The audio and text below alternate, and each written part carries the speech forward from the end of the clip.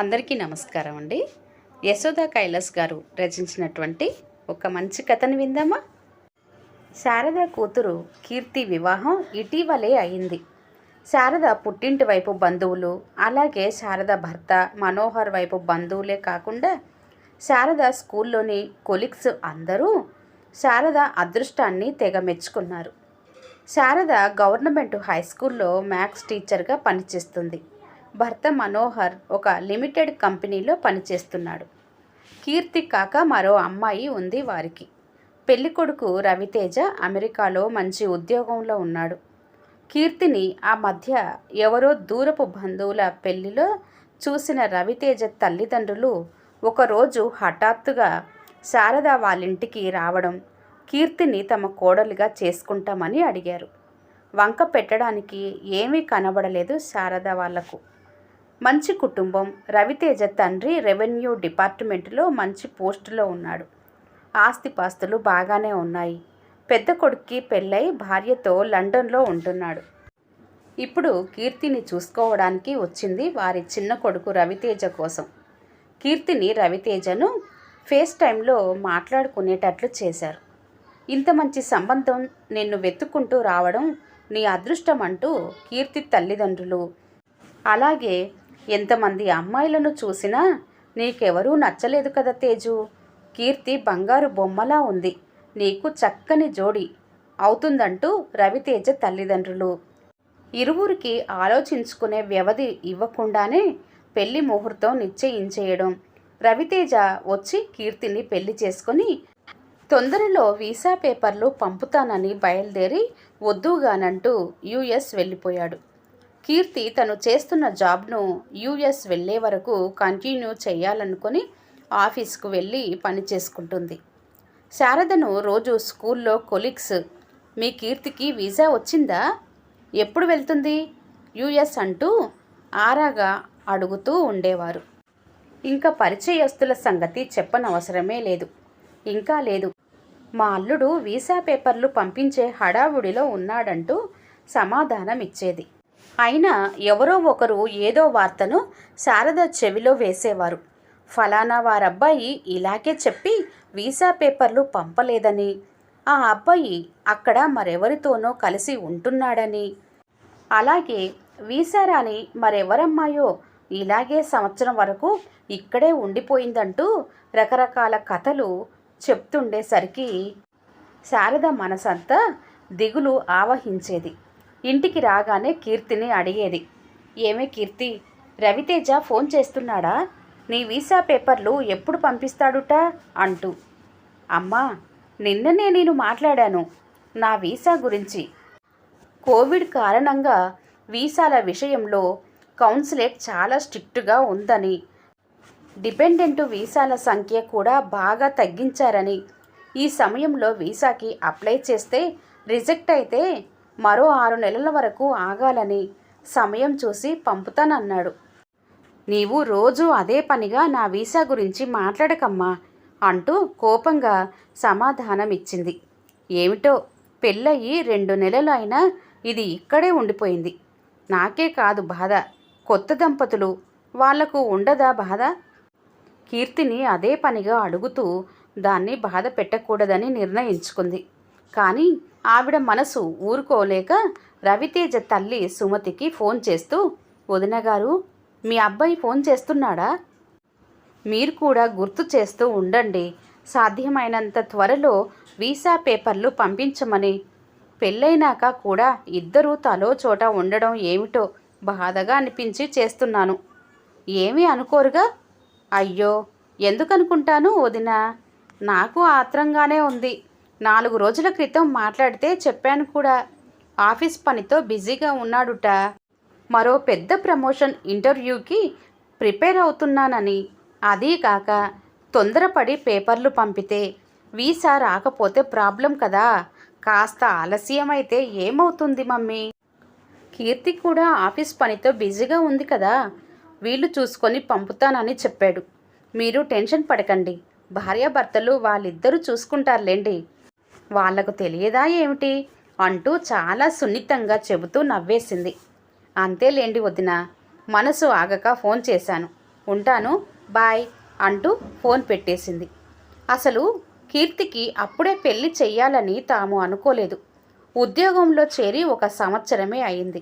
చిన్న కూతురు పూజ ఇంజనీరింగ్ మొదటి సంవత్సరం చదువుతుంది. శారద, మనోహర్ ఇద్దరూ కూడా ఏ విషయానికి తొందరపడరు. నెమ్మదిగా ఆచి తూచి 1కి 10 సార్లు ఆలోచించి నిర్ణయం తీసుకుంటారు. ఏ పెళ్ళికి రానంటూ తప్పించుకునే కీర్తి తమతో బంధువుల ఇంట్లో పెళ్ళి ఉంటే రావడమేమిటి? పెళ్లి జరిగిన 4 రోజులకు రవితేజ తల్లిదండ్రులు స్వయంగా తమ ఇంటికి రావడం, కీర్తి వాళ్లకు బాగా నచ్చిందని చెప్పడంతో అన్నీ ఒకదాని వెనుక మరొకటి కుదిరిపోవడం ఏమిటి? ఘటన అంటే ఇంతే కాబోలు. తమ కంటే అన్ని విధాల శ్రీమంతులే కాదు, కీర్తిని ఇష్టపడ్డారన్న ఒక రకమైన గౌరవం కూడా వాళ్ళ మీద కలిగింది. ఇలా కీర్తికి పెళ్లి కుదిరిందని చెబితే స్కూల్లో ప్రతి వాళ్ళు ఆశ్చర్యపోవడమే. లవ్ మ్యారేజా అంటూ కొందరు, అంత మంచి సంబంధం వెతుక్కుంటూ రావడం మీ అదృష్టం అంటూ అందరూ అభినందించడమే. తన భర్త మనోహర్ కూడా అదే విషయాన్ని తనతో అన్నాడు. మా ఆఫీస్లో అందరూ ఇంత సడన్గా ఎలా కుదిరిందబ్బా అంటూ బోల్డ్ ఆశ్చర్యపోయారు. శారదా, ఆడపిల్ల పెళ్ళికి ఎంత కష్టపడాలో అనుకున్నాను. కనీసం ఒక్క సంబంధం కూడా చూడకుండానే నా చిట్టి తల్లి పెళ్ళి కుదిరిపోయిందని ఒకటే సంబరపడిపోయాడు.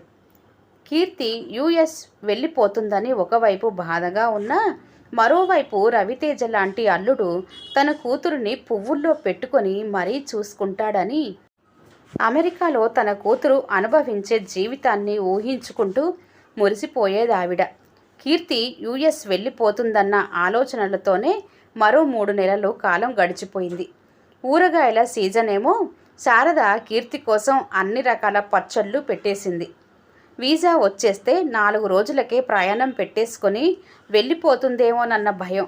నాకేమీ పెట్టకు, తర్వాత కొరియర్లో పంపుదువుగానంటే ఆవిడ ఆరాటం ఆవిడది. ఒకరోజు మధ్యాహ్నం స్కూల్లో క్లాసులేమీ లేకపోతే స్టాఫ్ రూమ్లో కూర్చొని న్యూస్ పేపర్ చదువుకుంటుంది శారద. తను తప్ప ఆ స్టాఫ్ రూమ్లో మరెవరూ లేరు. సడన్గా మమ్మీ అనే పిలుపుకి తలెత్తి చూసింది. ఎదురుగా కీర్తి, ముఖంలో కంగారు. ఏమిటి కీర్తి, ఇలా వచ్చావేమిటంటూ ఆశ్చర్యంగా అడిగింది. నీవు నాతో రాగలవా? అర్జెంటుగా మాట్లాడాలి. వస్తానంటూ హెచ్ఎం రూమ్లోకి వెళ్ళి ఏదో చెప్పి హ్యాండ్ బ్యాగ్ తీసుకొని కీర్తితో బయటకు వచ్చింది. కీర్తి స్కూటీ మీద ఇద్దరూ ఒక హోటల్కి వచ్చారు. ఇద్దరూ ఎదురెదురుగా కూర్చున్నారు. అమ్మా, నేను చెప్పబోయే విషయం విని నీవు కంగారు పడకూడదు. అదిగో అప్పుడే నీ ముఖంలో టెన్షన్. కూల్గా వినాలి. రవితేజకి నాతో పెళ్ళి ముందు నుండి ఇష్టం లేదుట. అక్కడ అతను అమ్మాయిని ప్రేమిస్తున్నాడుట. ఈ విషయం మా పెళ్ళికి ముందే మా అత్తగారింట్లో చెబితే వాళ్ళు ససేమిరా వద్దన్నారుట. కారణం రవితేజ అన్నయ్య లండన్లో లవ్ మ్యారేజ్ చేసుకున్నాడుట. వీళ్లకు చెప్పకుండా. ఇండియన్ కాదుట అమ్మాయి. విషయం తెలిసిన మా అత్తగారు ఏడుస్తూ సూసైడ్ ప్రయత్నం చేశారుట. రవితేజ అన్నయ్యతో వీళ్ళు సంబంధాన్ని తెగతెంపులు చేసుకున్నారుట. అతను పెళ్ళికి రాకపోవడానికి ఇదే కారణమట. లీవ్ దొరకలేదని మనతో అన్నారు. రవితేజ తాను ఒక అమ్మాయిని ప్రేమించానని చెబితే ఆవిడ ఏడ్చిందిట. నా కంఠంలో ప్రాణం ఉండగా జరగదంటూ అతన్ని బెదిరించి మరీ బలవంతంగా నాతో పెళ్ళికి ఒప్పించిందిట. పెళ్ళి అయినాక రవితేజ కొన్ని రోజులు ఇక్కడున్న నాతో దూరంగానే ఉన్నాడు. అనుమానం వచ్చినా నా డౌటు నిజం కాదేమోనని ఊరుకున్నాను. నీతో కూడా చెప్పలేదు, కంగారు పడతావేమోనని. నాకు డీటెయిల్డ్ మెయిల్ ఇచ్చాడు 1 గంట క్రితం. అక్కడ తాను ప్రేమించిన అమ్మాయికి విషయం తెలిసి సూసైడ్ చేసుకుంటానని ఏడుస్తుందిట. నాకు ఒక ఆఫర్ ఇచ్చాడు. మన ఇళ్లల్లో అందరికీ తెలిస్తే బాధపడతారు. అందుకని నీకు వీసా పేపర్లు పంపుతాను, ఇక్కడకు వచ్చేయంటూ. నన్ను ఎంఎస్ చదివిస్తాడుట తన ఖర్చుతోనే. లేకపోతే ఉద్యోగం అయినా చూస్తానన్నాడు. నేను సెటిల్ అయ్యాకనే ఇంట్లో అందరికీ ఏదో కారణం చెప్పి డివోర్సు తీసుకుందామని, తర్వాత ఎవరికి నచ్చిన దారిలో వాళ్ళు ప్రయాణం చేయవచ్చని. శారద కీర్తి చెప్తున్న మాటలకు నిశ్చేష్టిత అయిపోతూ, కీర్తి, ఏమిటి ఇదంతా? నిజమేనా? ఏడ్చేస్తుంది ఆవిడ. నిజం మమ్మీ, ఇలాంటిదేదో ఉందని నేను లీలగా ఊహించాను. లేకపోతే వీసా పేపర్లు పంపడానికి ఇంత తాత్సారం చేయడం ఏమిటని. అంతెందుకు, పెళ్ళి అయ్యాక అతను నాతో ప్రవర్తించిన తీరే నాకు ఇటువంటి సందేహాన్ని రేకెత్తించింది. ఆలోచించుకున్నాడు. కట్టె విరక్కుండా, పాము చావకుండా నా ముందు ఆఫర్ పెట్టాడు. యుఎస్ అంటే ఎగిరి గంతేసి వచ్చేస్తాననుకుంటున్నాడు. ప్రలోభపడతాననుకున్నాడు. లేకపోతే సమాజానికి భయపడి యుఎస్కి పరిగెత్తుకొని వచ్చేస్తానని అనుకున్నాడు. అది కాదు కీర్తి, ఒక్క మాట చెబుతాను విను. యుఎస్ వెళ్ళు, అతన్ని కన్విన్స్ చెయ్యి. ఆ అమ్మాయితో మాకు పెళ్ళి అయిపోయిందని చెప్పు. అతని మనసుని మార్చలేవా? తోక తొక్కిన త్రాచులా పైకి లేస్తూ, అమ్మా, నీవు మాట్లాడాల్సిన మాటలేనా ఇవి? ఇంత జరిగినా ఆ రోగ్ దగ్గరకు వెళ్ళిపోమ్మంటావా? అంటే సమాజానికి వెరుస్తున్నావా?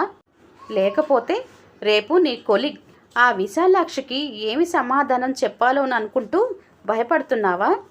నేను యుఎస్లో ఎలా బ్రతికినా చచ్చినా నీకు పర్వాలేదా? నా కూతురు అమెరికాలో భర్తతో హ్యాపీగా ఉందని గొప్పలు చెప్పుకుంటూ అబద్ధాలు చెప్పుకుంటూ బ్రతికేస్తారా?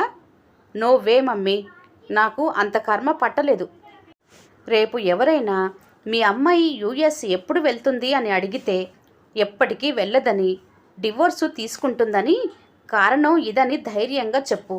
అంతేకాని రకరకాల కథలు అబద్ధాలు ఆడుతూ మిమ్మల్ని మీరు ఆత్మవంచన చేసుకోకండి. నేను ఈ విషయాన్ని చాలా మామూలుగా తీసుకుంటున్నా.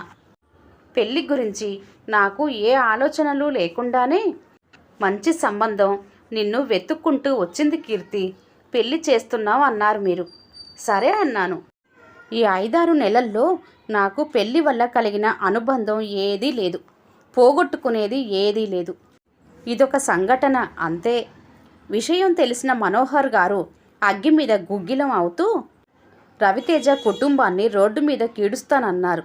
కోర్టులో రవితేజ మీద కేసు వేస్తానన్నారు. కీర్తి ఆపేసింది ఆయన్ని. నాన్న, ఎందుకీ కేసులు, కోర్టుల చుట్టూ తిరగడం? నాకు ఒరిగే లాభం ఏదైనా ఉంటుందా చెప్పండి? నేనంటే ఇష్టం లేని అతను నాతో కలిసి ఉంటానన్నా నాకు ఆనందమా చెప్పండి? మరో 2 రోజుల తర్వాత రవితేజ తల్లిదండ్రులు ఉదయాన్నే కారులో వచ్చేశారు వీరింటికి. ఏమమ్మా కీర్తి, అబ్బాయి వీసా పేపర్లు పంపిస్తానంటే పంపొద్దన్నావుట, ఏమైంది? చాలా తెలివైనవాడు రవితేజ. వీళ్లతో ఇలా చెప్పి ఒక రాయి విసిరి చూశాడన్నమాట. తన తల్లిదండ్రులకు విషయం మొత్తం చెప్పేశానో లేదో అని తెలుసుకోవడానికి చేసిన ప్రయత్నం అన్నమాట. అవును సుమతి గారు, వద్దన్నాను. ఆవిడ తెల్లబోయింది. అత్తయ్య, మావయ్య అంటూ ఎంతో ప్రేమగా పిలిచే కీర్తి పేరు పెట్టి పిలిచేసరికి నేను అతనికి డివోర్స్ ఇచ్చేస్తున్నాను. అతను ప్రేమించిన అమ్మాయినే పెళ్లి చేసుకోమనండి. పాపం, నా మూలంగా ఆ అమ్మాయి ఎందుకు బాధపడాలి? అంటే రవితేజకి కీర్తితో పెళ్ళైనా తాను ప్రేమించిన అమ్మాయిని వదలలేకపోతున్నాడన్న విషయాన్ని గ్రహించేశారు రవితేజ తల్లిదండ్రులు. చూడు కీర్తి, పెళ్ళికి ముందు రవితేజ ఎవరినో ఇష్టపడ్డాడని తెలుసు. కానీ పెళ్ళైతే అన్నీ సర్దుకుంటాయని, నీతో సర్దుకుపోతాడని భావించి పెళ్లి చేశాం. నీవు యుఎస్ వెళ్ళి రవితో కలిసి ఉంటే వాడు తప్పకుండా మారతాడు. అతన్ని నీ వాడిగా చేసుకోవడం నీ చేతుల్లోనే ఉంది తల్లి. ఏదో పొరపాటు జరిగింది. వాడు చాలా మంచివాడమ్మా. నిజం సుమతి గారు, ఒప్పుకుంటాను. ఎంత మంచివాడు కాకపోతే నాకు ఒక చక్కని ఆఫర్ ఇస్తాడు. నన్ను అమెరికాకు సాదరంగా ఆహ్వానిస్తున్నాడు. అక్కడకు వెళ్ళాక నన్ను ఎంఎస్ తన ఖర్చులతో చదివిస్తాడుట. లేకపోతే మంచి జాబ్ ఇప్పిస్తాడుట. నేను సెటిల్ అయిన తర్వాతే నా నుండి డివోర్స్ తీసుకొని అతను ప్రేమించిన అమ్మాయిని పెళ్లి చేసుకుంటాడుట. ఈ లోపల ఆ అమ్మాయితో లివ్ ఇన్ రిలేషన్షిప్ కొనసాగిస్తాడుట. ఈ విషయం అప్పుడే ఎవరికి చెప్పనవసరం లేదని, తర్వాత మెల్లిగా చెప్పవచ్చని సలహా కూడా ఇచ్చాడు. ఇంకా నయం, ముందరే అంతా చెప్పాడు. నేను అక్కడకు వెళ్ళాక ఈ షరతులు పెట్టి నన్ను బలవంతంగా ఉంచేసి నా మీద లేనిపోని అభియోగాలు మోపో, లేకపోతే నా ప్రాణాలు తీసేసో నా పీడ వదిలిపోయిందని ఆ అమ్మాయిని పెళ్లి చేసేసుకుంటే మీకు అసలు విషయం తెలిసేది కాదుగా. నా మీద శాపనార్థాలు పెడుతూ నన్ను దోషిని చేసేస్తూ దండోర వేయించేవారు. నేను ఎక్కడ ఉన్నా మీ అబ్బాయికి కావలసింది నా నుండి విడాకులు. దాని గురించి నేను అమెరికా వెళ్ళడం ఎందుకండి? డివోర్స్ పేపర్లు పంపించమన్నాను, సంతకం చేసి పంపిస్తాను. అయినా మీ అబ్బాయి పెళ్లి చేసుకోనంటున్నా అతని మాటలు వినకుండా నన్ను బలిపశువుని చేసేశారు చూడండి. అలా చేయడం మీలాంటి సంస్కారవంతులకు తగిన పని కాదండి. తాను ప్రేమించిన అమ్మాయిని చేసుకుంటానంటే అతన్ని ఎమోషనల్ బ్లాక్మెయిల్ చేసి నన్ను మీ స్వలాభం కోసం వాడుకుందామని చూశారు. పాపం బెడిసి కొట్టింది. ఇవిగోనండి, మీరు పెళ్ళికి నాకు పెట్టిన నగలు, పట్టు చీరలన్నీ ఈ సూట్ కేసులో సర్దేశాను. మంగళసూత్రాలు, మట్టెలు కూడా ఇందులోనే ఉన్నాయంటూ వాళ్ళ డ్రైవర్ స్వామిని పిలిచి సూట్ కేసుని కారులో పెట్టమంది. ఇంకా వెళ్ళవచ్చని మర్యాదగా ఇచ్చిన సంకేతం అది. వాళ్ళిద్దరి ముఖాలలో నెత్తురు చుక్క లేనట్లుగా పాలిపోయి ఉన్నాయి. తల వంచుకొని వెళ్ళిపోయారు. శారద, మనోహర్లు కీర్తి తీసుకున్న నిర్ణయానికి ఒక పక్క బాధపడినా కీర్తి ధైర్యానికి అచ్చెరు పొందారు. ఏ పని చేసినా 10 సార్లు ఆలోచించి నిర్ణయం తీసుకునే తాము కీర్తి పెళ్లి విషయంలో తొందరపడ్డారు. ఎందుకంత తొందరపడ్డామనుకుంటూ ఆవేదన చెందారు. తమ తొందరపాటు కూతురి జీవితంపైనే ప్రభావితం చూపిందని వాళ్ళు ఊహించలేదు. ఇంతలో కీర్తి వీరి దగ్గరకు వచ్చింది. నేను తీసుకున్న నిర్ణయం పట్ల మీకు కోపంగా ఉందా అంటూ తల్లిదండ్రి వైపు చూస్తూ అడుగుతున్న కూతురు వైపు ప్రేమగా చూస్తూ, లేదు తల్లి, ముందరే తెలుసుకొని జాగ్రత్త పడ్డావు. అమెరికా వెళ్ళిపోయాక ఈ విషయం తెలిస్తే నీవెలా తట్టుకునేదానివో, అసలు నీవు మాకు దక్కగలిగేదానివా అని ఆలోచిస్తుంటే ఒళ్ళు భయంతో గగ్గురు పొడుస్తుంది. మేము నీకు అన్యాయం చేసిన భగవంతుడు రక్షించాడు తల్లి అంటూ కళ్ళనీళ్లు పెట్టుకుంటూ మాట్లాడుతున్న వారి వైపే చూస్తూ, అన్యాయం చేయడం అనరమ్మా, తొందరపాటు నిర్ణయం అంటారు. పర్వాలేదు, నా జీవితంలో ఏర్పడిన ఈ గాయానికి మందు కాలమే నిర్ణయించాలంటూ అక్కడ నుండి తన గదిలోకి వెళ్తున్న కూతురి వైపు మౌనంగా చూస్తూ ఉండిపోయారు. కథ సమాప్తం అండి. కథ కనుక నచ్చినట్లయితే లైక్ చేయండి, షేర్ చేయండి. అలాగే మరిన్ని మంచి కథల కోసం ఛానల్ని సబ్స్క్రైబ్ చేసుకోండి. మరొక మంచి కథతో మళ్ళీ కలుద్దాం. అంతవరకు సెలవు. నమస్తే.